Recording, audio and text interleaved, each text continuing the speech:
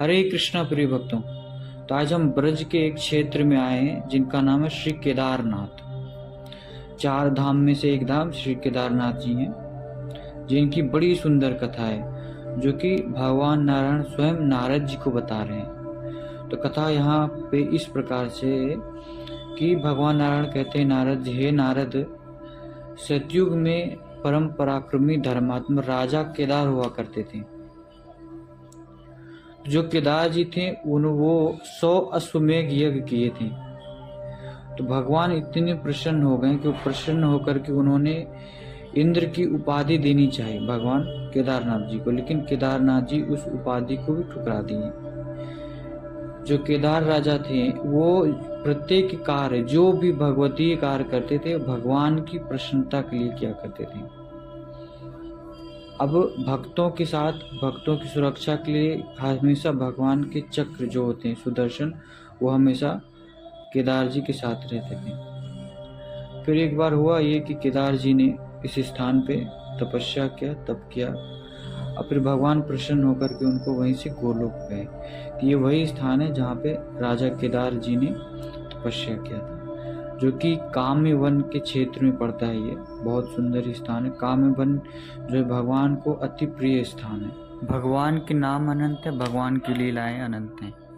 तो एक कथा आती है जो कि राधा रानी को भगवान कृष्ण बता रहे हैं कि 60,000 वर्ष युगों तक भगवान शिव जी ने तपस्या किया और भगवान कृष्ण प्रसन्न होकर के जब दर्शन देने के लिए आए हैं तो शिव जी भगवान कृष्ण के रूप को देख करके इतने मोहित हो गए उनके कि वो सोचने लगे कि मैं क्या इन 3 नेत्रों से भगवान का दर्शन करूं, क्या मैं एक मुख से भगवान की स्तुति करूं। काश मेरे पास और भी नेत्र होते, और भी मुख होते तो मैं और अच्छे से दर्शन करता और भगवान की स्तुति करता।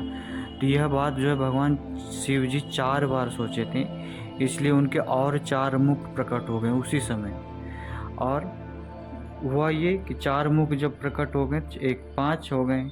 इस वजह से भगवान उस समय से पंचमुखी शिव जी कहलाने लगे। और फिर हुआ ये कि उनके 15 नेत्र हो गए, तो उन्होंने भगवान की स्तुति की अच्छे से। अब प्रश्न उठता है कि ब्रज में केदारनाथ भगवान कैसे आए, 4 धाम की स्थापना कैसे हुई। तो कथा इस प्रकार से है कि नंद महाराज यशोदा मैया ब्रज को छोड़ करके जा रहे थे 4 धाम यात्रा के लिए और भी अन्य तीर्थों में। तो भगवान को यह प्रिय नहीं लगा। भगवान कहें कि आप लोग को बाहर जाने की आवश्यकता नहीं है, कहीं जाने की ज़रूरत नहीं है। आप जो तीर्थों में भ्रमण करने जा रहे हैं उन सारे तीर्थों को मैं यहीं बुला लेता हूँ।